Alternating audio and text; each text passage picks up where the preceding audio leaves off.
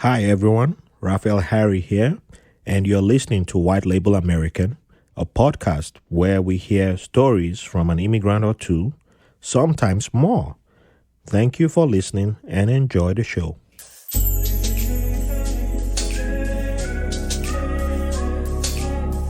Welcome to another episode of White Label American. Thank you all for joining us today. We have, before we dive into today's guest, I would love to recommend a podcast that I got introduced to thanks to the Brooklyn Public Library, All of My Relations podcast, and I will be recommending the episode "The Border Crossed Us." I don't have the number, but the title of the episode is "The Border Crossed Us," and it relates to what we'll be talking about today, or some of what we'll be talking about today. Why I recommended this episode of All My Relations podcast. What we'll talk about immigration, be it legal, illegal, quote unquote illegal. I don't believe in illegal immigrants. Um, we tend to forget one community, which is our Native American brethren, and this podcast tends to come from the Native American community, and it covers the immigrant, especially the border crossing, from their perspective, and it was quite fascinating to hear and beautiful to also see people who live on the border and hear their perspective and hear them talking about what it meant for someone to be erecting a wall on their border. And this podcast is about bringing artificial walls. So even though it was a physical wall, it still represented an artificial wall for them. And it was a very powerful episode hearing people talk about what it meant living in an area where they've been for literally thousands of years, and it's not just only the southern border of the United States. It relates to the northern border with Canada, and it also relates into Central America, and in fact, all of the Americas. So it's a very powerful episode, and I highly recommend it. And I believe there's a lot of similarities for with all the immigrant communities out there, and most times people just tend to think that Native Americans are not included, or indigenous people of the Americas are not included when it comes to immigration. So I highly recommend this podcast, All of My Relations podcast. And there's two recommendations today. The second recommendation is from our guests today. It's a TEDx talk, which I really enjoyed, of our guest, who I'll be telling you her name, Martine Kalaw. I hope I said it right. I really enjoyed her TEDx talk, and it's not long. It's about 10, 11 minutes. And when you listen to this episode, you get what I'm talking about, and you see why I recommended this TEDx talk. It was from about 2, 3 years ago. I think 3 years ago. It sounded pre-pandemic, if I'm not mistaken. So yes, check it out and enjoy both of them, and you learn along with me. So yeah, I don't want to enjoy and learn by myself. We all learn together and grow together. So with that being said, let's meet today's guest. You've already heard her name, Martine Kalaw. She's an author. She's written two books, and I believe there'll be more books coming, because I don't think she will stop at two. She's the CEO and founder of the Martine Kalaw Enterprises, LLC. She's an undocumented immigrant survivor focused on building bridges between those who have and those who need. She's a DE&I consultant. She's survived the battle with the USCIS, which is the U.S. Customs Services and Immigration Services, and also ICE. She works directly with the stateless and immigrant community through the nonprofit Stateless and Dreamers Foundation, SAD. And she's just someone who, after watching a couple of her videos and hearing her speak, I was just like, wow, there's a lot to this woman that I just learned, and I was like, yeah, I can't keep all this to myself. I have to share with the audience and bring her here. And I hope you all will get to see why I'm so honored to have her in the studio with me. So welcome to the show, Martine. How you doing today? So great, Raphael. Thank you for that very generous welcome and introduction. Thank you. Yes, you're welcome. And you're the first person to be from your part of who was born in your part of where you'll be telling us that you were born in. So extra excited to get to know more about your story. So Represent. No pressure. Oh so man. let's before we dive into your story, um, and tell the audience about your books. You wrote two amazing books, and yeah, just give us a brief insight into those Yeah. books. Perfect. Thank you. So my first book, I have it right in front of me, but it's all audio. So you listeners, you can't actually see it, but it's called Illegal Among Us, a stateless woman's quest for citizenship. So, Raphael, I really appreciate, your introduction, and you talked about my journey of being undocumented, but I also want to highlight that I was stateless. I experienced a battle with being stateless and undocumented, and we can talk more about the differentiation of being stateless versus being undocumented.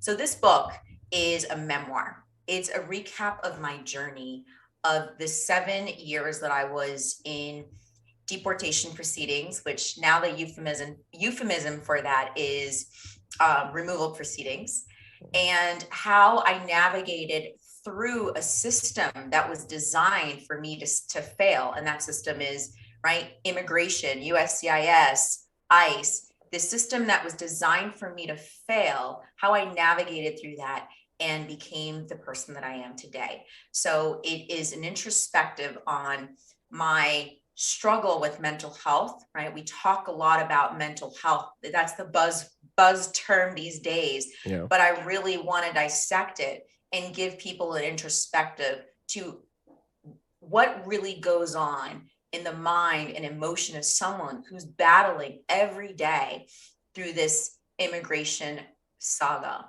The Mm. other part of this book that the other aspect of this book is that it gives you um, a context as to how I became undocumented and all of the other pieces to being undocumented and stateless that are often overlooked, right? Yeah. When the media represents undocumented and stateless people. Hmm. Being that I was also at one point an orphan, I was also trying to battle living these two, teetering between two worlds of being this normal American girl while I was carrying the weight of my life on my shoulders. So Wow. this becomes this introspective.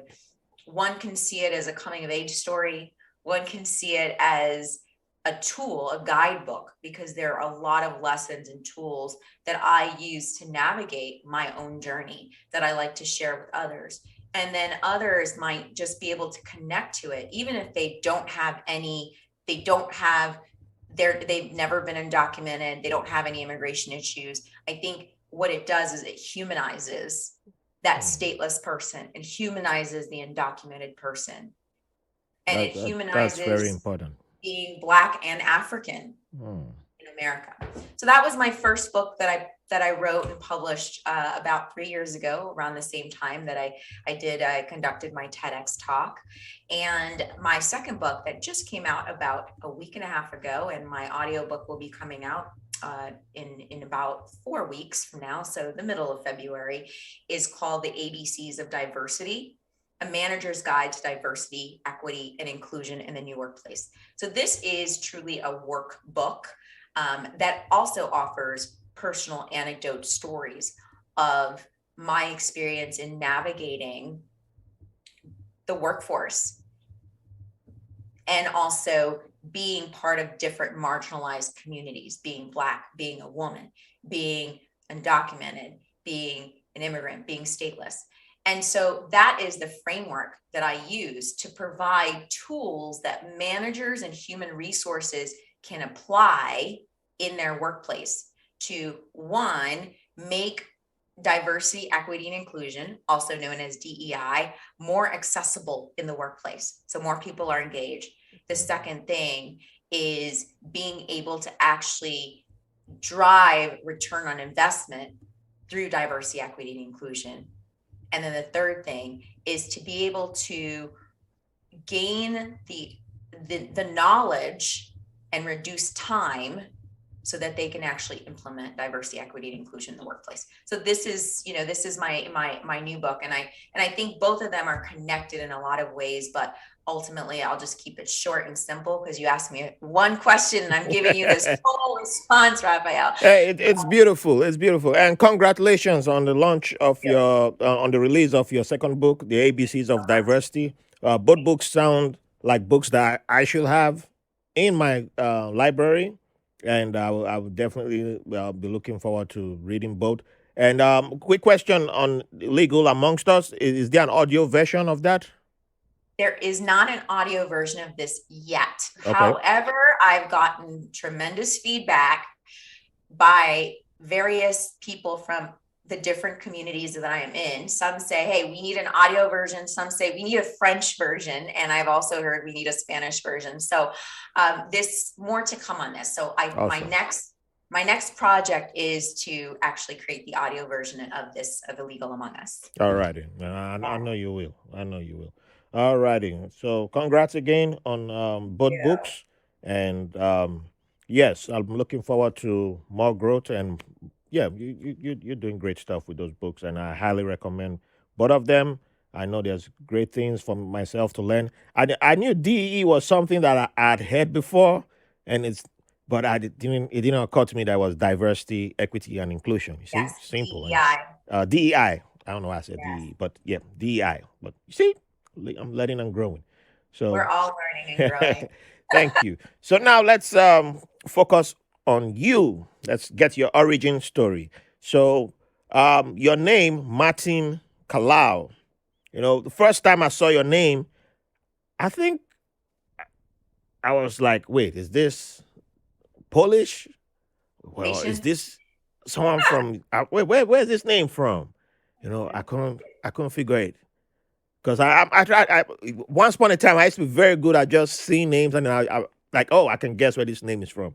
And then Yeah. I saw your video where you mentioned where you were from. I was like, whoa, that's what? That's not the names I associate with this part of the world. Wow. Okay. Yeah, I definitely would have failed on that. So please tell us the meaning of your names, and yeah, if you don't mind. Yeah, absolutely. It's so funny to hear that. Thank you, first of all, for pronouncing my name so beautifully, because my entire life, I just couldn't get people to say Kalaw. Like, I don't know, it's Oh, very I difficult. thought that was like one of the easiest to pronounce. Oh no, you'd be surprised. I've gotten everything but Kalaw. But the origins of my name. So my last name is Congolese. Ah. My ethnicity is Congolese. For anyone who isn't clear, Democratic Republic of the Congo, formerly Zaire in Yep. on the continent of Africa. But I was born in Zambia, so part of my nationality is Zambian, and my ethnicity is Congolese. And perhaps I think we may have discussed this a little bit, but for the listeners, Kalaw is not just a Congolese last name. You might hear it in the Philippines. That's also Yeah. common name in the Philippines. And through some research of my own, I was trying to figure out, well, what's the connection with the Philippines? How is my name connected? And I think it's the Portuguese connection, right? So what people don't know is Congo and Angola were all one at one point, way back when. And when we were colonized, our colonizers, Portuguese, started in Congo, Angola, and then somehow made their way perhaps to the Philippines. And so that's the connection, right, in terms of the last Hmm. name. And my first name is, it's French. Some people it's also common in Haiti. So you hear a Oh lot of yeah. Haiti. You have Yeah. the name Martine. Oh yeah. So there you go. So do you know the exact meanings? Well, it's interesting because I talked to some of my colleagues who are from the Philippines, and they said Kalaw is actually a bird. It's a horn, Oh, the name of a hornbill in the Philippines. In Congo, um, there isn't necessarily a meaning. It's your last name is associated with, what tribe you originate from, right?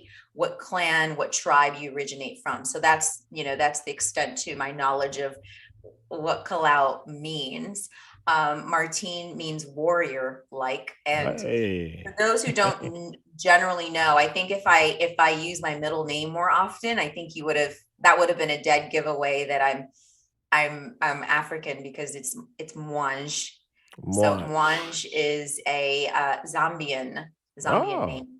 So my full name is Martine Mwanj Kalaw. March. Yes, Wow, that's beautiful. thank you. And what March mean? I don't know. I have to ask my Okay. I have to ask my father. Where in Zambia is that from? From Lusaka. Lusaka. Yes, All right. Lusaka, Zambia. And it's probably somehow connected to, because, Zambia and DRC are right next to each other. And my, biological mom and dad they're both from DRC. Even though they, migrated to Zambia at some point. So I imagine that even my middle name Wanj is somehow, the origins are um, Kibemba or Kikongo, which are Yeah. some of the languages spoken in Congo and some parts of DRC is quite a huge country because it's huge. until I talked to someone from one of the neighboring countries or someone who's lived in a neighboring country and that I realized, like, wow, DRC shares a border with this country. And I'm like, Shares a wow, border because, with, I think, 5 countries. It's yeah, forget the it's it the image of it on a map doesn't really do it justice, the vastness of DRC. true. I mean, we know that DRC has been raped and pillaged for decades because it provides so many natural resources, and that's also because it's got so much land to Yep. provide these resources. I think it's 5 or 6 times the size of Texas. So Yes. just think about how big It's Texas is, ridiculously right? huge. And there are Yes. places that haven't been officially discovered Yeah. in there. So, Well, yeah. okay, so I'm gonna say, I wouldn't say discovered, right? Yeah. Well, yeah. Because I think the inhabitants have discovered it. This is Exactly. Well, I agree. but other people don't have awareness of it yet, perhaps. Yeah, I agree with that. Other people don't have awareness. Yes, Since I'm that's. the first Congolese on this show, I don't want my community saying, "Hey, like you gotta represent." Everything comes No, you're out right. right. You're right about that, though. You're right about that. Because Right. that you just remind me of there was when I was living in Texas, there was a day I was watching. I think, oh yeah, I was watching BBC Africa, and there was this guy who used to be on Lost. Yeah, he used to be on Lost, and he was on one of the late night shows. I think it was Graham Norton's show, and they were asking, what are you gonna do now? Are you do you have a show? Are you gonna be acting? Do you have something coming up? It's like, oh, I'm about to go into Nigeria to go discover. I want to be the first person to discover this giant spider that's in northern part of Nigeria. And the host was like, "You're gonna be the first person to discover it." He said, "Oh Right. yes, yes, I'll be the first because no one has ever seen this spider, so I'll be the first to get it on tape and show it to the world that this spider exists." And he's like, "But people live there, right? You're So like, come on, that you is think that the so people who live there haven't seen the right. spider or that they had?" Exactly. He's like, "Oh yeah, they might have, but I'll be the first person to have it on camera, so I'm discovering it."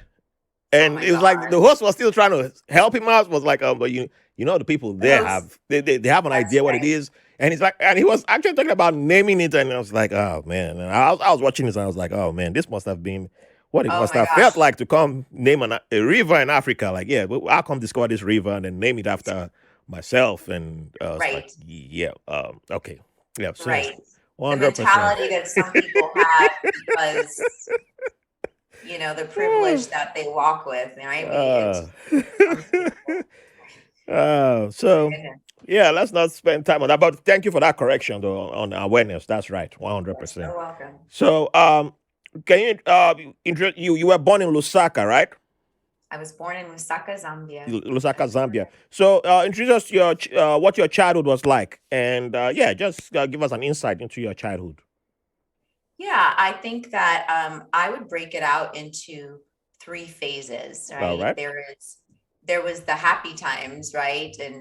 And where things were just I was truly a child. And then I think the second phase I would define it as when the first shoe dropped. Mm. And then the third is when the second shoe dropped, right? When your second shoe drops, you're barefoot. You're kind of like trying to figure it out, and it's all about survival. So in terms of my childhood, I came to the US when I was 4. I came with my mother and her family. Already they immigrated to the US, her family being her brothers and sisters.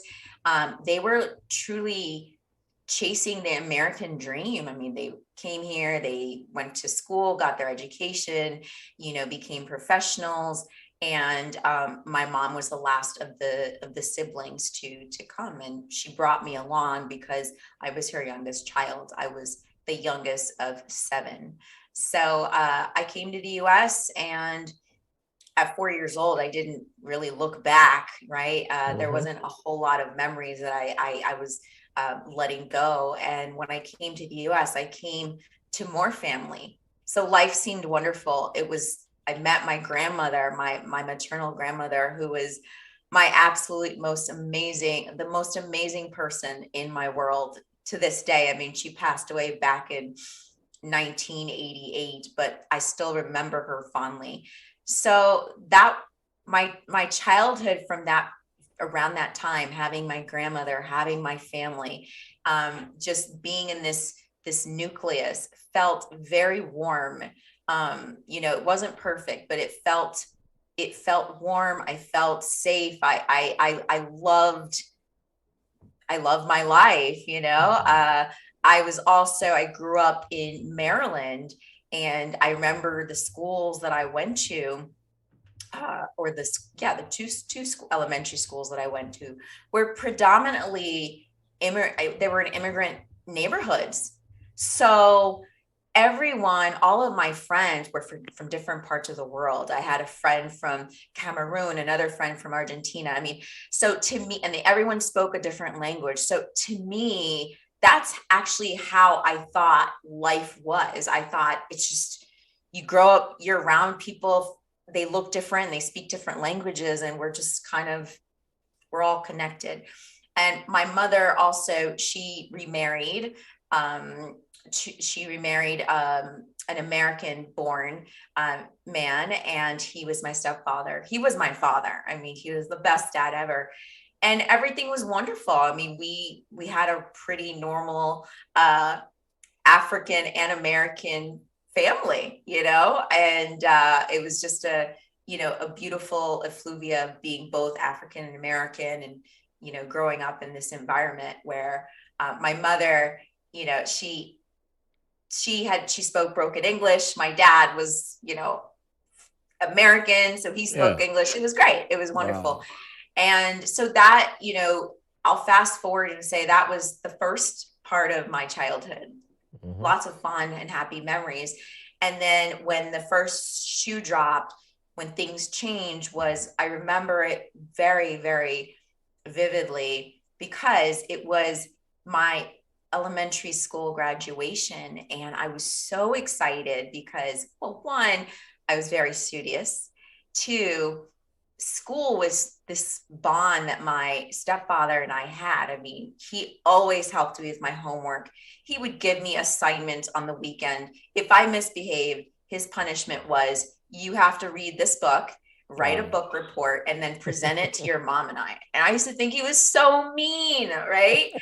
But I cannot believe, like, like he set the foundation for my life and who I was going to become. So that day of my graduation, when I found out that my mom and my stepdad weren't going to be able to show it to my graduation because my stepdad was in the hospital, like I felt as a child. I mean, we let's all think back to being kids, and when you feel something in the pit of your stomach, like something's about to go bad, like something is this is the beginning of something not so good.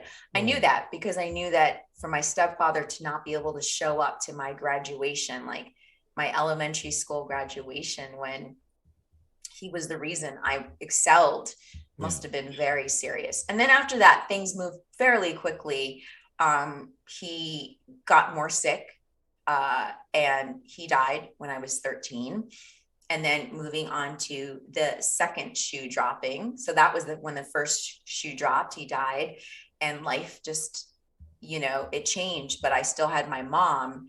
And for me, it was about her and I. I mean, we moved to Columbus, Ohio, so it was just her and I. We didn't have her, her family around. So when she became ill,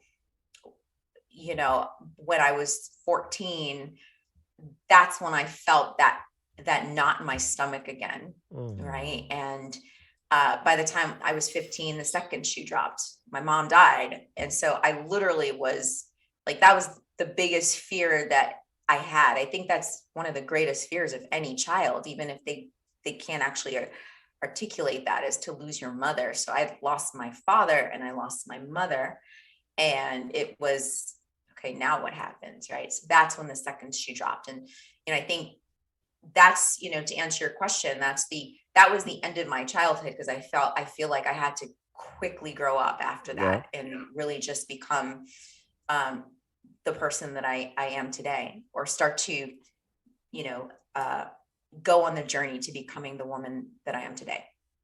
Yeah. That's yeah, that the, losing one's parents at an early age like that, yeah, it's like you just become, it's like life forces you to adult immediately. Very And quickly. there's Yeah. no um like most of us get that process, that period to adapt into adulting, and most of us still take like forever, to be honest. And some of us by 40, that's when we get into, oh, this is it, this is what it's supposed to be, and oh, now we're figuring out. And but I think when we don't have the shield of parents pretty Right. early. I never had a father throughout my life. By the time I even found out, well, knew who the person was, but we never met. By the time he passed away before we could have a reunion. So, Oh, but I still have my mom. So on that side of things, I had a mom throughout my. She's still alive, but for a long time, I still didn't have a mother in my life. So sure. I do relate to being forced to take on responsibilities that one may not have been prepared to. But Yeah. for someone like me, I still had like some. There were still some shields for me that forced me not to even see or realize what was happening in my Mm, case. So it would take a while for me to start saying, "Oh, wow, this is what I should have been doing." Or it's like now that I think it was even until I became a dad that I was like, oh yeah, you know what? Yeah, maybe I should. Okay, now it makes sense why.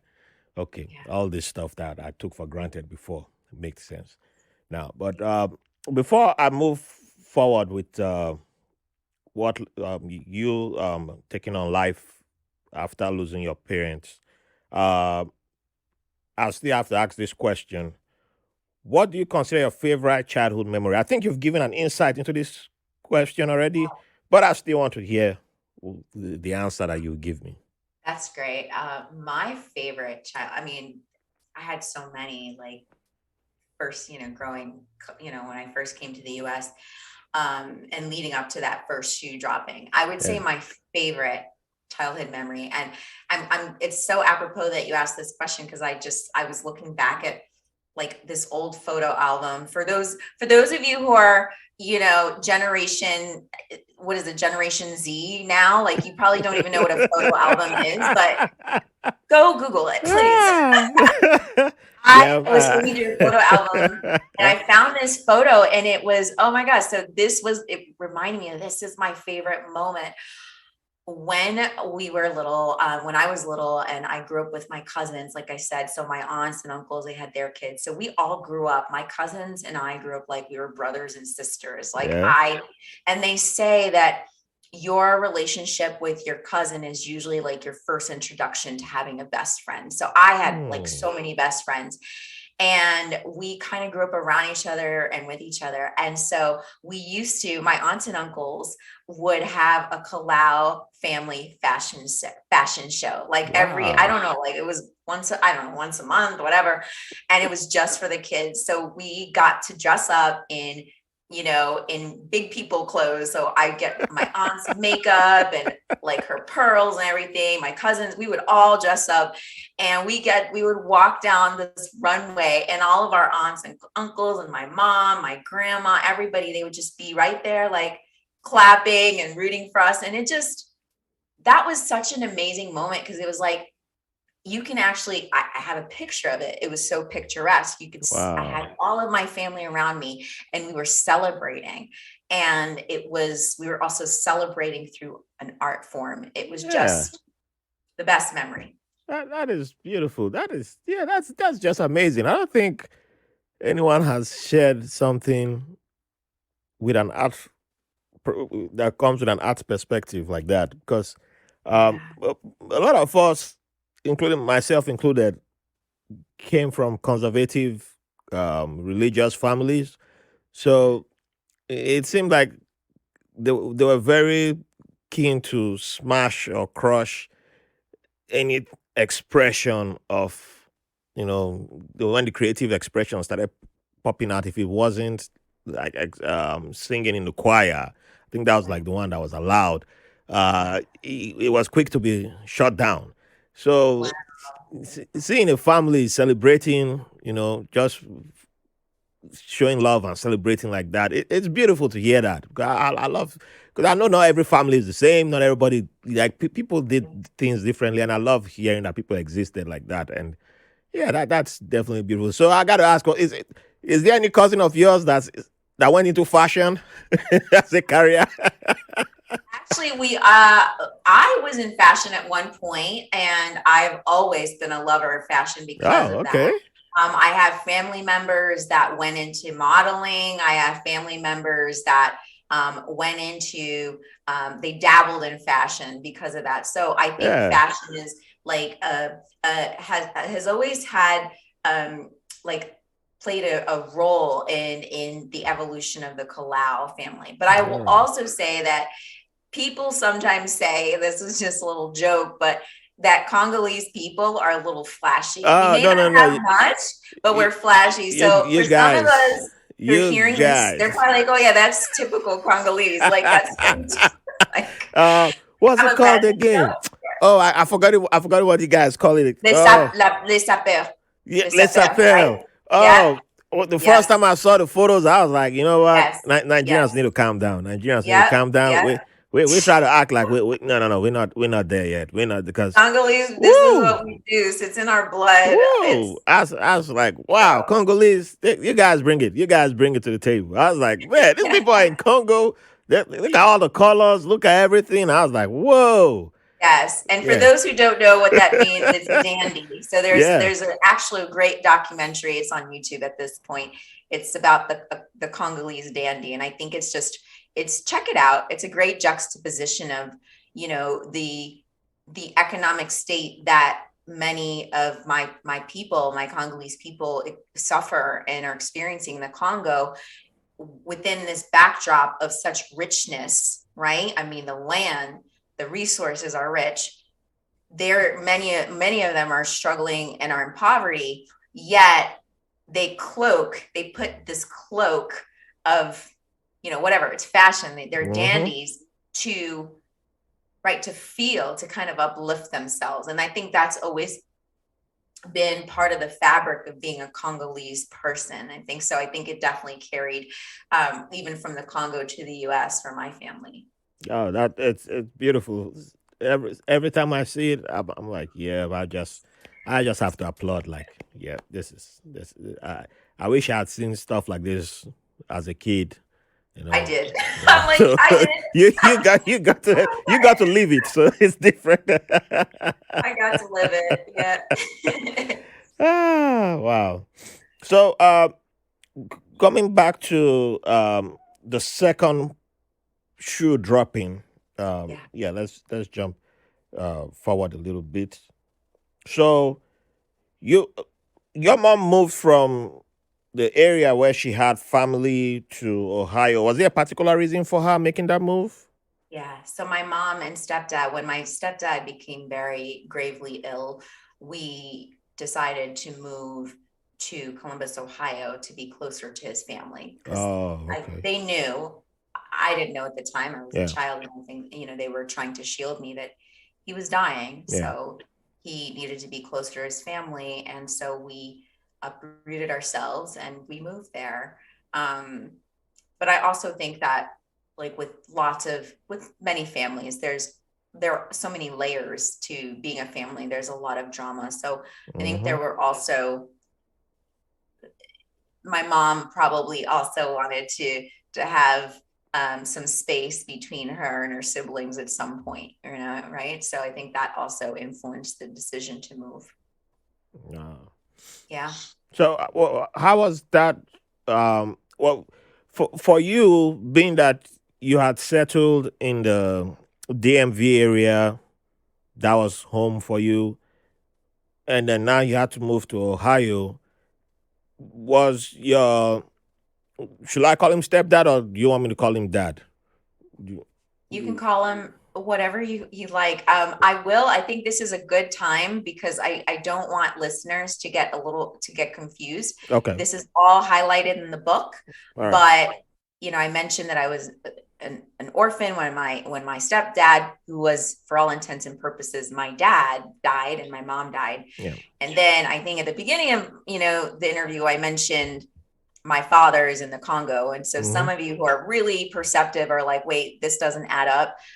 Long story short, my biological father found me through LinkedIn Oh back in wow. 2013. So he lives in Zambia. So to answer your question, Raphael, it's fine if you refer to my stepfather as my father, All right. and my biological father is my biological father. I relate to that because I'm in the same category of my biological father because he's just my biological father. That's all he is. So, Yeah. um, now you live Maryland that you've grown up in. You're secure there. It's your home. It's all you've Yes. known, and you come to Ohio. What was that like for you? Was it that coming having to kind of restart? Did it feel like you were restarting all over? What did it feel like brand new America to you? Because it's totally different for a younger. Yeah. You were younger then too, so Yeah, I really teenage you appreciate then. that question because no one's ever asked me that question. And I really appreciate it because when I grew up in Maryland, like I said, I went to school. My friends were all different races, they spoke different languages. Hmm. And that's what I thought was normal. And I moved to Columbus, Ohio, and the part of Columbus, Ohio that we lived in was particularly, it was urban and it was predominantly Black, but more specifically African American. And when I went to school, um, I was bullied. I didn't know that at the time we didn't have a term called bullying, Hmm. but I was bullied by people who I thought looked like me. They were Black just like me, but that shouldn't come as too much as a surprise because you hear a lot of Africans talk about that. I was called an African booty scratcher. What they saw, the media represented of what Africa Yeah. was what they did not want to be. And I was a reminder of how close they were to that, how close they were connected to that. And so Mm. they did not like me. And I don't blame them. I think I blame the media. I blame, whoever was fostering and instilling these beliefs in them. But yes, I didn't know that that's what it was called at the time, but I was bullied. I mean, I was made fun of. I was, my skin color. And it didn't help that my mom would, oh my God, she was a seamstress. So she would make me these outfits, which now I wish I had, but Congolese fabric, and I would have to wear it. And it was just horrible. At one point she did get it, and I was like, no more, like, please get me clothes from the Disney store. Please get me, like, please. And she did that, but still it didn't matter, because to the other kids, I was different, and I was not, I was ugly. I was everything. They just didn't want to associate themselves with me. And so it did feel like the rug was pulled from under me on so many levels, because I was losing my stepfather. Yep. And like education, school, which was my thing, the thing that I could always immerse myself in and get lost in, didn't even feel safe, because in school, I was ostracized for being something that I never thought was a bad thing, being African, being Congolese. And in the environment that I lived in, it wasn't even, there was nothing, nobody cared if you were Congolese, you were just African. And being African was no good. I am so happy to see that now that things have evolved significantly, and kids, and they have the school systems, some are fostering more education around geography, foreign policy, things like that. Kids are more well-traveled these days, some, right? And even if you're not, you have the internet, and you can actually, and you don't have to rely on just the media to tell the story of different parts of the world. So I think, the experience, hopefully, of people's experiences are a lot better than they were, 20 years ago. Yeah. You hearing that experience, it's not the first time I've heard of that experience coming from um African immigrants who schooled here. And I see something. I've been spending quite a lot of time on Clubhouse lately, and there's this thing going on where it's like, people always have rooms where it's like Black Americans versus Africans, and I'm like, why y'all keep Yeah, and it's so ridiculous. and I'm like, it don't make sense. And so one day I found a Nigerian immigrant room, and it was supposed to be intellectuals, and I was like, okay, let me come chill with you guys here. They seem to tick all the boxes that I normally like, and I sat down there. And the next thing, it's from nowhere. The conversation just switched to an attack on Black Americans, and I was like, I think what, that's what, so, why am I here again? And yeah. so And I you know, think that, I think it's just like some of them may have had this experience or known someone who had an experience like this years ago, and just latched onto that and said, "This is how everybody is who's absolutely. And that's Black just, American." honestly, it's so ignorant. And I think that's why I do the work that I do with diversity, equity, inclusion consulting and training, because I've been I've been exposed to so many different spaces, and I've had to wear different identifiers. And so I feel like, I can help be the bridge. So I've always felt in my heart, that's why it was so hard for me, because my stepfather was African American. So I was Exactly. African American. I feel to this, I'm just as much African American as I You am are. African. Yeah, And we are.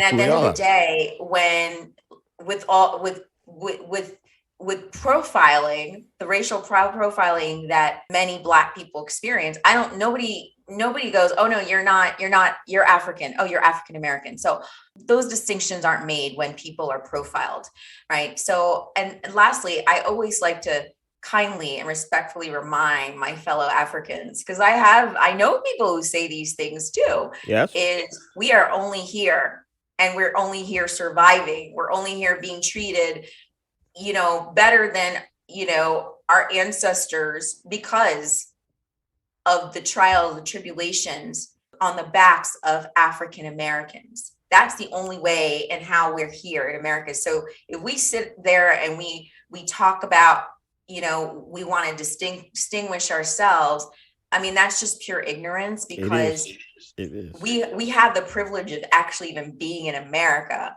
because of the history of slavery, of African Americans and everything they've had to go through.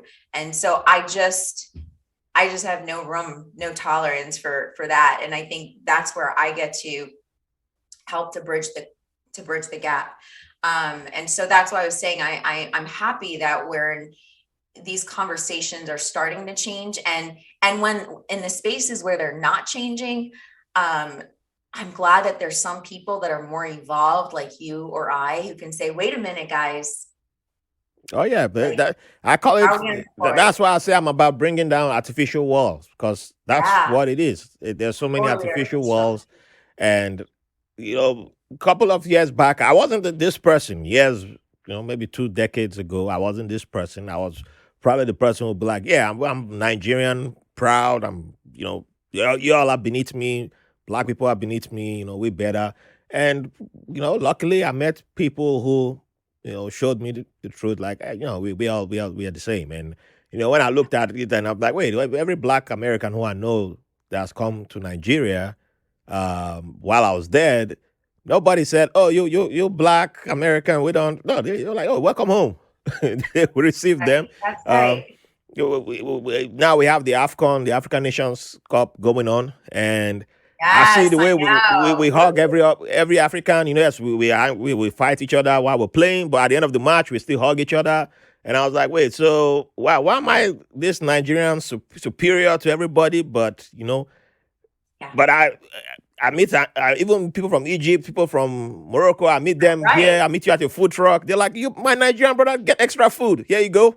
They give me Yeah, extra food. But so why am I the person who wants to lift his shoulders and say I'm superior to you? I'm not really yes, superior. I don't really know you. So if maybe I should take right. that moment to know you and know my Black brethren. If I start knowing you, maybe I won't have these artificial walls separating That's myself right. from you. And that's why I try to tell people in my other communities. And if they refuse to listen, then I remove myself from the room, because there's no point. I don't have the strength to do a shouting match anymore. I don't. Yeah, I think I'll spend absolutely. my energy somewhere else. But Yeah, I before think we move forward, because I don't want to spend too much time I on that. We, know we we could have we have go you have meander more off. gems. You have better gems to give us. We shall take a Okay, quick break, and okay. when we come back, we're gonna dive into what you do, how you started, what you do. But before we even get into that, we'll talk about your experience with ICE, the whole journey into all that, and yeah, we'll take a quick break and then jump into that. Hi everyone, we've made it 2 years, and who would have thought so? So let's go further and make it 3, make it 4, make it 5, make it 6. Who knows? 20. But we can't do this without your support. So join us on Patreon at patreon.com/white label American pod, or linktree.com/white label American. Go there and you'll see our Patreon link, and you can join us for as low as $3. We have bonus content, we have bonus materials. There's so much juice over there that we don't release to the public. And yeah, you can contribute in making this podcast better. You can send questions, you can send your ideas, and also there's a lot of new things that are coming. The announcements are made on Patreon first, because we have to, take care of people who help make this podcast possible. So you can be the one to make this podcast what you want it to be. Come join us on Patreon and make it what you like to see. Join us, make it fantastic. Keep the 5 stars coming in, keep the love coming in. Thank you for the privilege of your company. Alrighty, welcome back. Thank you for staying with us.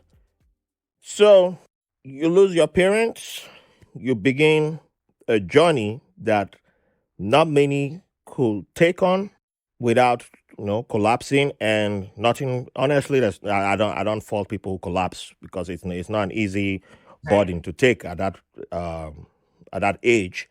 But you begin this journey. How did your, because you were in a state that You had moved from Maryland to Ohio, That's right. and I don't think if this question that they asked you at interviews, like 5 years from now, where do you see yourself? If they had asked something like that to a teenager, which I don't think makes sense, nobody would have said in 5 years' time you'll be without your parents, right? Yeah.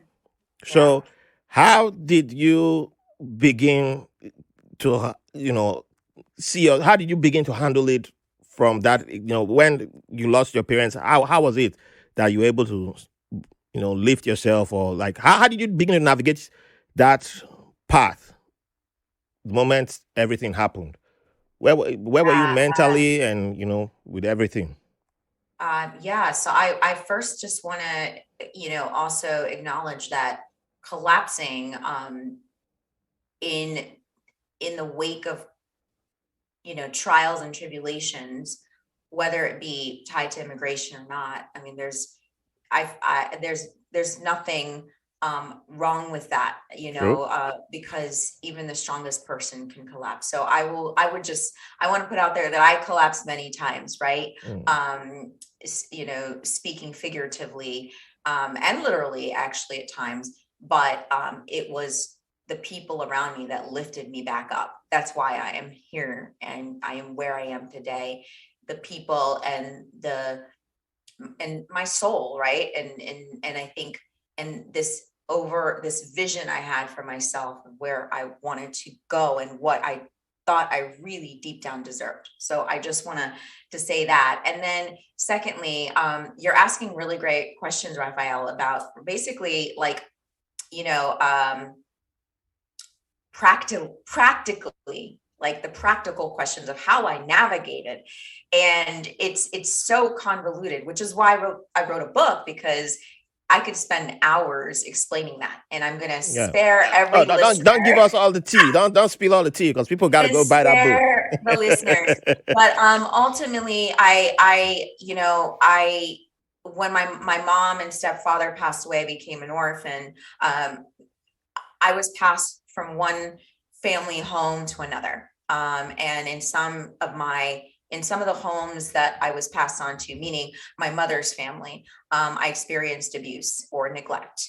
And so those were not safe spaces for me to be in. And through the kindness and grace, and I mean, I don't know, like foresight or insight or whatever of a stranger, I ended up in boarding school in Charlottesville, Virginia. So that's the long story short. Wow. And from there, I again was able to get a little bit of footing, right? All Mm-hmm. the footing, right? Both shoe dropped. And then I go to boarding school, I get my footing, and then got a full scholarship to go to college. And in undergrad is when that shoe dropped again. I was placed into removal proceedings or deportation proceedings through the ignorance of both myself and college administrators. We were going to the Social Security Administration to adjust the status of my Social Security card, Yeah. because when I came to the US, I got a Social Security number Mm-hmm. and it said non-working. And so we went to adjust it so that I could work, right, and make some Oh. money. And the Oh. minute I went, I was placed into removal proceedings. Oh my And goodness. that was right before 9/11. And then after that, things just spiraled downhill Wow. pretty quickly. Wow. So you got in trouble with the system for doing the right thing. Yeah, that's pretty much it. Yeah, Oh. I got in trouble with the system for doing the right thing. And there was, well, I'm going to let you ask the question, and Wow. instead of just revealing too much. So now that um I guess they flagged your social security, was that when you became a stateless person? Or did that begin the process of you becoming a stateless person? Yeah, great question. So I learned that I was undocumented and stateless like for a long time. I just didn't know it, right? The Oh, minute my wow. mother passed away, my stepfather was American. He was Yeah.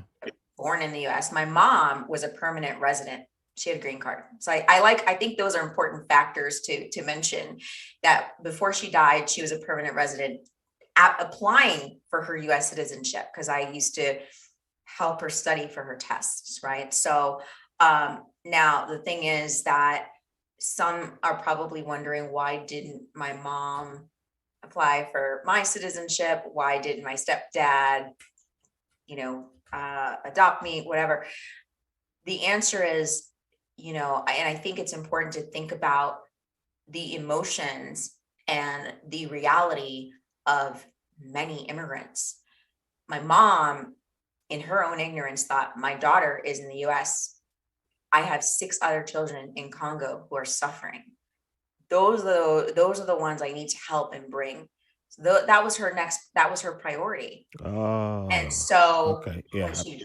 by the time she died, everything just sort of fell apart. And what I learned is that there was a small window when I was 15 and orphaned, where if I knew that I was undocumented and stateless, I could have reversed my situation because of, I guess, certain laws. Who would have known? I mean, there's no way Yeah. when you're trying to survive as an orphan. So Mm-hmm. anyway, to answer your question, I was stateless and undocumented from the time my mom passed away, because I overstayed my visa, my visitor's visa. And by the way, um, that's the number one category of undocumented people, are those who overstay their visa, just so everyone is aware of that. It's not people crossing the border or any of that. It's actually people who come and overstay their visa. So, that should help individuals understand that there are more countries than the ones that we see often represented and depicted Oh, of yeah. people probably undocumented without status. So without further ado, I'll say that I became stateless and undocumented because well, immediately I was undocumented, and we needed to see that the courts were insistent. The immigration judge was insistent on deporting me. And he had a really bad reputation in the Miami immigration court. And he was excused from the Miami court only to be moved to the Buffalo, New York court. So I was the lucky one. Of course, I'm being facetious, of getting him, as well as many others. So he was on this vendetta, this crusade to make sure that I went back to where I came from, right? And I should just clarify that he had a reputation of being biased towards Haitian immigrants in the Miami court. Then he ended up in Buffalo. So anyway, Wow. so he was insistent, like, that I would go back to where I came from. And so when we explored, even though it would not be safe to I wouldn't have wanted to go back to Congo. I mean, we think about the Congo has been in a 30-year civil war. Yes. I so we explored Congo. I would not have been allowed to go back to Congo I wouldn't have been seen as a citizen or a resident in Congo and embraced to come back. So Congo rejected me because couple of things. I wasn't born in Congo. I was My about to mother and bring that father up. were. Mm-hmm. Two, when I left, my mother and father left Congo, it was actually Zaire. So the country, the actual governance changed. Yeah. So that was one reason. So then we explored Zambia, my birth country. Well, my birth country, according to its constitution, says, by the time you're 18, you have to claim, if you haven't lived in the country for X amount of years, you have to claim citizenship to actually, get the nationality. So I didn't know that. So I was also not a citizen of Zambia. Wow. I was virtually a citizen of no country. The US didn't want me. Zambia didn't want me. Congo didn't want me. So I had nowhere to go. And there are over 12 million people in the world who are stateless. every 10 minutes, a stateless child is born. And in the US, there are over 200,000 plus stateless people. Many of the images that we saw a few months ago of Haitian immigrants being so brutally treated trying to cross the border, what people don't realize is many Haitian immigrants are stateless as well because they were born in Yeah. Dominican Republic, but Dominican Republic reversed certain laws in its constitution to Uh, keep Yeah. Yeah. black people from being citizens and said, I Vox had something on that. There's a absolutely. Vox. It's So like an yeah, 8 minute video on YouTube. I that's right. recommend people check it out. On Please watch that. Please watch um, that. So yeah, that is why I it's was important shocked when I saw for, it. yeah, I highlight the stateless piece because this great organization that I am affiliated with, it's called United Stateless. What they say, the best, analogy of being stateless is if being undocumented is being in prison, being stateless is being in solitary confinement. There's no recourse. There's no legal recourse. There are no laws for stateless people. They are the most likely to be trafficked, human trafficked, because there's Mm. no law in the world for stateless people. So, so that's why there's an emphasis on that, because I think that there's things have to change. Yeah, they do. I'm glad you gave a shout out to United Stateless. They were the first people to actually make me aware of stateless citizens, as I like to say. They followed me on Instagram. They liked one of my posts one time, and I was like, who are these people?" And I followed them, and we've had interactions for almost from over a year now. And one or two of I've given them an open invite to come on the podcast, and we're still working on it. So yeah, I hope they'll listen to this episode, and your Yeah. invite still is still there. And anytime you guys want to come on, let me know. And The most yeah. incredible and courageous and brave people are, really they're behind this organization. So I think it would be amazing to have, a couple of them Oh on yeah. Oh yeah.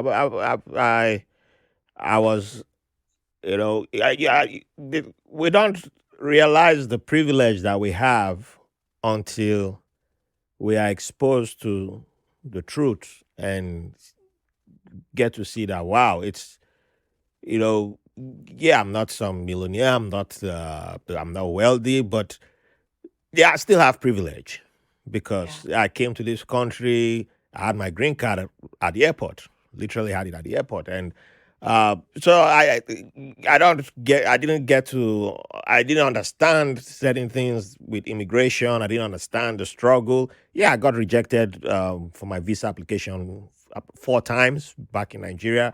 I was mad about it, but I always knew I would get my visa. And yeah, when I got it, even though it took me about what, almost 10 years, but I got it, and I had that arrogance that I was going to get it, and I got it. And then so I came, and I was just like, oh, you can always get your visa the same way. Why do you have to go through the border? I always said that. That's how I used to talk at first, until it started yeah, dawning on me, and I loved also when you pointed out that um, a lot of the vast majority of people who come here and it's their visa has expired. Then I had an experience once that was another truth that dawned on me. I was at a pub in downtown Manhattan, and the bartender he was from Ireland. And it's just one of these things where that's why I'm doing this podcast. People just love telling me their stories. It's not yeah. like I asked for it, but people Most just powerful love, stories. and I'm having a drink at this pub, and just chatting with the bartender, and this guy just starts telling me his story, and literally told me that he had overstayed his visa, and he was working at the pub, and I was like, wait, how are you here at the pub? I thought they arrest people for stuff like this, because this was Trump had just won the election, and I was with someone who was really pissed off about it, and I was like, wait, this is. I think that was another thing that was when it dawned on me that there's certain people who because he was a for lack he was white. So Yes. you don't usually picture someone like that as someone who overstays his. You're like, oh, illegal. When they say illegal, only the black and brown people that Yeah, showed that's in the media. And when the Irish prime minister came over and struck a deal with Trump not to deport people from Ireland who yeah. overstayed their visas. That guy came to my mind, and I was like, wow, if I hadn't talked to somebody like that, I wouldn't have understood why that deal needed to be struck because there were people like that living here, working here, who, quote unquote, are considered illegal by the Yeah, books, but they're not the faces that we see, that's right. And if you have that group, that means there are other groups, but the focus is always on black and brown people because we are the That's ones right. who, Yes. I guess we make the headlines. We're better for selling the news. So uh, those are things that got me to Always a change. motive, Yeah, right? There's a well, motive. And yeah, I also love, I just want to acknowledge, I think it's so profound what you said, which again, I always tie back to, DEI, diversity, equity, and inclusion. You talked about acknowledging and recognizing your own privilege. There's privilege in so many different spaces. yes, And I think, I love that even with among stateless people in United Stateless, we've had conversations about that, about privilege based on ethnicity or race. yeah, Privilege. My argument, and people don't like to hear it, is as long as you are in the United States, as long as we're all in the United States, we all have at least one source of privilege. mm, And I know some people do not like to hear that because, some of us carry this downtrodden or woe is me, or,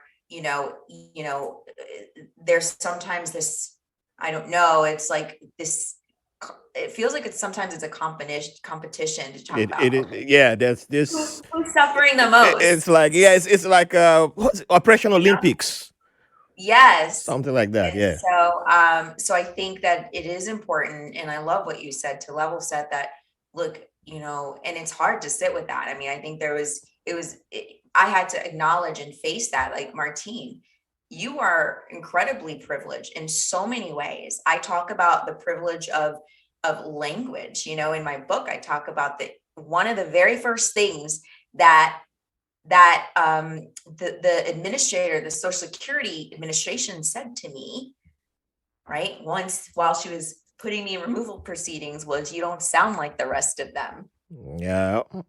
That that And I that that know that that is that is language, no accent, surprise all to of me. that Hmm. is privilege as well. Yep. So we have to also acknowledge that so we can do something and use that privilege to create a bridge for those who don't have. That's it. Mm. Thank you for that. Thank you. Yeah. So, um, I could talk to you all day, but yeah, I'll have to start. You know, I'll have to start bringing this Yeah. I to the talk too end. much. Stop. Because yeah, you're giving me a lot of great stuff here. But yeah, just as I start to aim towards the end, uh, but we're not really close to the end yet. But now I'm bringing to wrap it up slowly. But just give me an insight into how did you decide on, how did you officially decide this was the path that you were going to go career wise, like this was what you were going to do? Because like you had, like you said, you had some privilege. You could have gone into private sector and said, yeah, I'm going to go. Yeah, I'm just going to go work in a bank. I'm going to work in a financial institute, or law firm, or there are multiple routes that you could have gone easily, and there's nothing wrong with that. That's But right. There's nothing wrong with yeah, that. but you decided that you wanted to make sure you're a bridge and connect those who are in need. So Yeah. how did you get to decide, and how did you get to choose to be on this path? Yeah. I appreciate you posing the question that way because, yeah, I think that, it's okay to desire to have security, financial security, and also want to Oh yeah. save the world at the same time. And I think sometimes people make it seem like you have to choose one or the other. And you have to, wear one cloak and you have to choose. So for me, it is, Martine Kalaw Enterprises is for profit, right? And Hmm. so that is what I do around diversity, equity, and inclusion. And I work with, different organizations, corporate America, and to be that bridge, right? Yep. As far as giving them, offering them ways to enhance and support marginalized communities while also benefiting from that support, right? I think both can happen. So that is something that is important to me. So it's a way for me to profit, but it's also a way for me to contribute to the change that's happening. But then on the other side of it, there's the immigration work. That's non-for-profit, right? That's me not, I can't forget who I am. Like this is my identity. This is why all of the things that I experience in being stateless, experience in being an orphan, experience in being undocumented have made me who I am. They've fostered the skills that I use for my work for Martine Kalaw Enterprises and elsewhere. So I can't forget my communities. It's part of my mission to always be connected to my communities. So for me, how did I get into this work? I worked in corporate America for 13 years. And while and during that time, part of that time, I was also navigating through, I was at that point, I already became permanent resident, but I was still waiting to become a US citizen. And as a stateless person, there are a lot of loopholes you have to go through to become a US citizen. It's not your standard, you apply and then you get Hmm. you're likely to get approved. I mean, there's a huge question mark, and it's all at the mercy of whoever reads your file. And if they're confused as to why you're stateless, you may not get approval to become a US Wow. citizen. So anyhow, having those experiences kept me humble and also made me think like there's gotta, I am the bridge. I'm physically the bridge. Here I am in corporate America. And before then, here I was in, predominantly white prep school, going through stuff, like going through these things. And sometimes, or most times, when I'm in that environment, no one knows that I'm part of another community. And Mm. so I have this really amazing opportunity to disarm people and help them sort of pivot their lens in a way that they may not have considered it. I can do it through my stories, and it also helps because I'm disarming, because they already think I'm part of they immediately think I'm part of their world Mm. for whatever reason. So they embrace me, and then I can present different perspectives. So that is the reason I got into this work, because I knew that I could physically be the bridge. I feel like that's part of the reason I went through all that I went through. It came out of it as a whole person, or was able to erect myself as a whole person, is because this is the work I'm supposed to do. So that's it. And being able to, knowing, I mean, the key word for me when I was stateless and undocumented was dignity. I Mm. didn't have, I Dignity. lost my dignity. I mean, that is a key word, and I see it time and time and time again from anyone in this space, in the stateless space or undocumented space. It's so easy to lose your dignity. And that breaks my heart, literally, because I felt that myself. And so I feel like I've got to do what I need to do. I've got to do whatever I can to help restore people's dignity and help others on the other side of it realize that they're not doing these people a favor. Mm. these people, they're going to bet this is beneficial. It's mutually beneficial. It's not about help. It's not about charity. It's about mutual benefits, right? Whether Yeah. it's immigration, whether it's different other marginalized communities in the corporate space, in corporate America, in the workforce. I mean, it's all kind of the same concept. And so that's why I do what I do, and I am who I am. And I'm glad that we have you doing what you do because yes, we need you. We need you, and thank you for Thank doing that. you. So we have to step away from what you do into Okay. some the to the wrapping up section, and these are just the fun. What you do is also is fun because you provide benefits to societies, and yes, you show them that there's benefits for everybody. It's a win-win when people connect on the bridge. So yes, it can be fun. But with that being said, now we're going to the main fun part because this is you specifically about you. So Yeah, you've been to a few places. You got the Congolese background. You got Zambian background. that's right. When it comes to food, where's your loyalty? Oh, wow. I'm gonna just throw Controversial. a complete We need controversy. complete wrench in all this and say Peruvian. I What? love ceviche. I love ceviche. I Uh oh. literally can eat ceviche And for I think my phone is ringing. Congolese the community. rest of my life. They're calling. They're like, she's not one of us. Yeah, they're like, no, just revoke her Congolese card right now. No, but I will That's say a good that. choice. But otherwise, outside of that, if we're going to talk about, the continent, food from the continent, I love Ethiopian food because Ooh, it's good. easier to access in where I live in DC.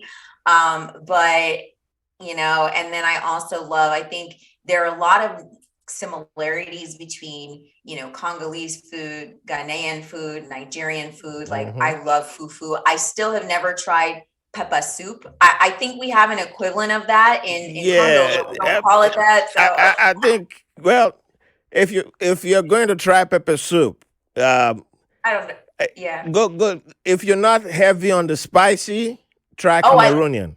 If no, no, no. you're Are you heavy on kidding? the I love. spicy, but you, you can try Nigerian, but you need to be really No, no. I loyal to the love. spiciness before you try Ghanaians. Because Ghanaians, the way they throw the spiciness into their pepper soup is like they're fighting with you.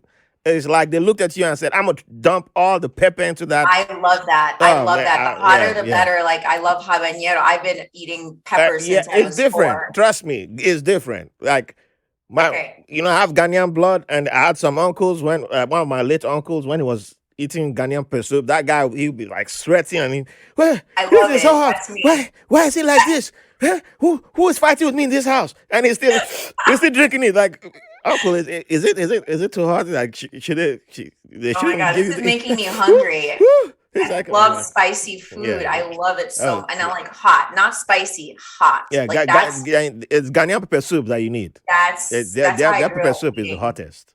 Yeah, Yeah. Okay, cool. yeah, Good to yeah. know. But Good to know. if it's jollof, don't get involved in the jollof wars. Don't get involved. Just be like me. I eat everybody's jollof.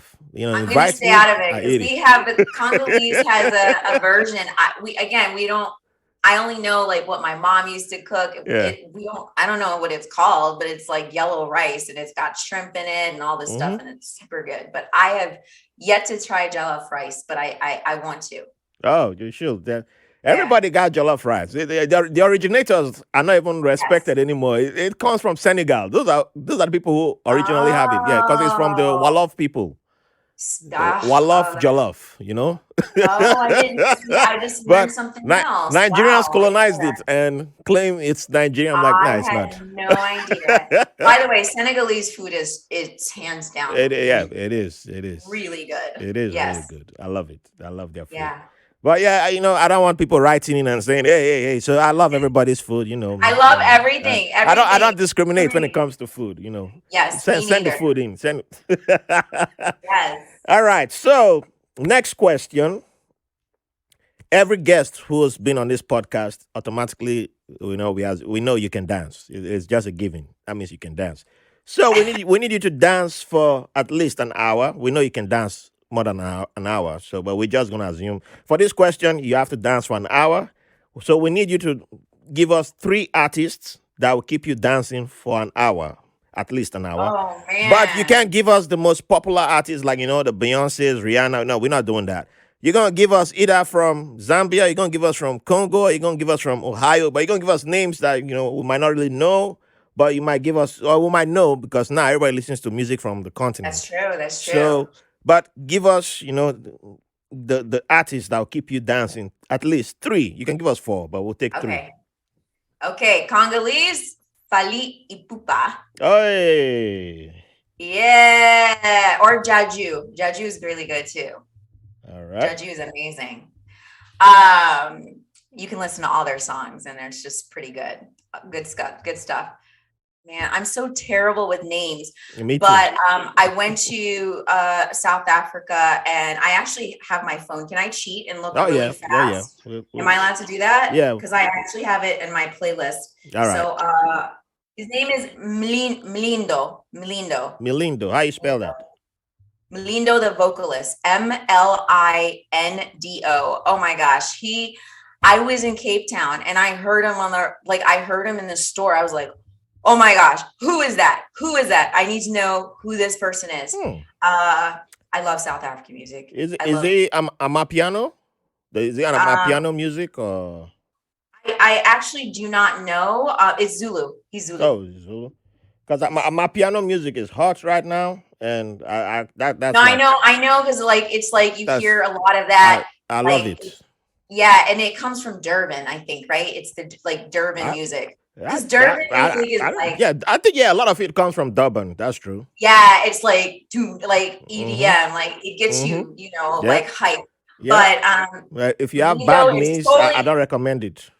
Lindo is totally different. Okay. Totally. We're talking like it's more like it's pop, but it's like it's Zulu tradition. Like it's I Oh. might be saying, not using the right description, but I know he does speak in I think he's in the songs he uses a lot of Hosha in the Oh. music. Okay. Okay.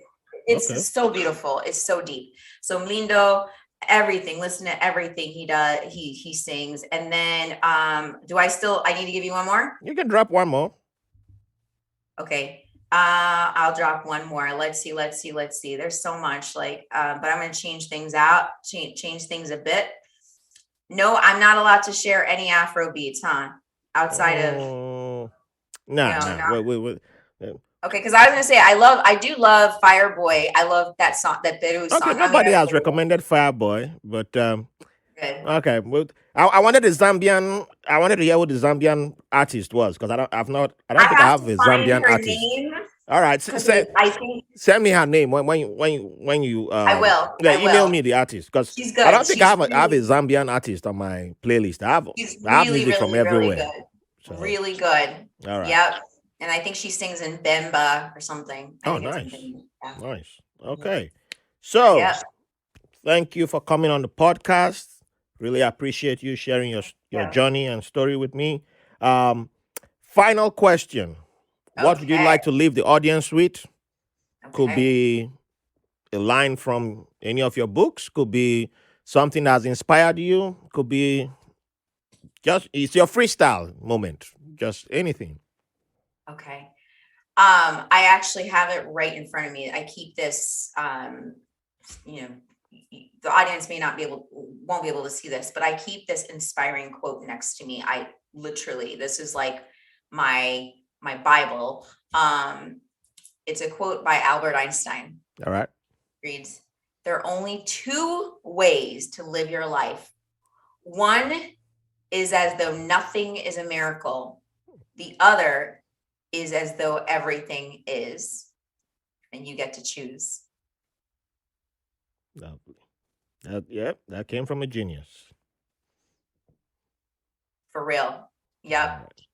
Awesome. Now I'm going to drop the mic. Ah, damn right. Yeah.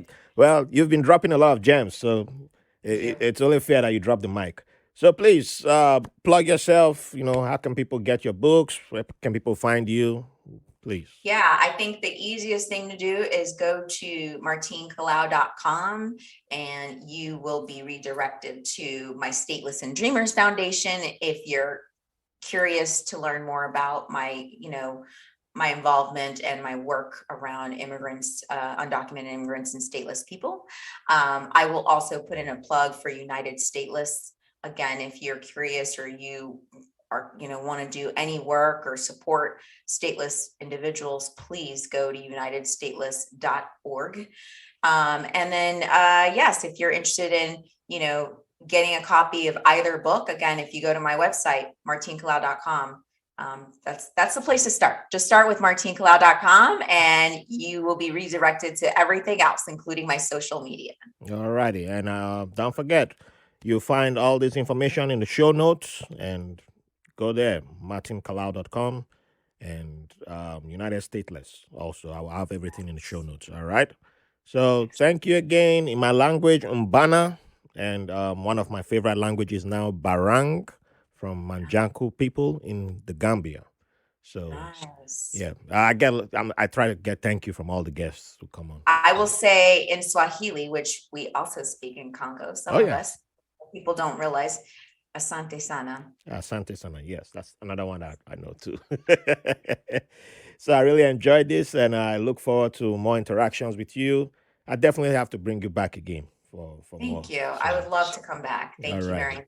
So everyone listening, don't forget, subscribe to whitelabelamerican.com. Give us 5 stars. Go to our merch store. Keep the love coming in, and thank you for the privilege of your company. Thanks for listening to White Label American. If you enjoyed the show, we'll appreciate if you rate, review, and subscribe to the podcast wherever you get your podcast from. If you have any questions, comments, or have someone who will be a good guest on the show, or you want to be on the show, send us a message at whitelabelamerican@gmail.com.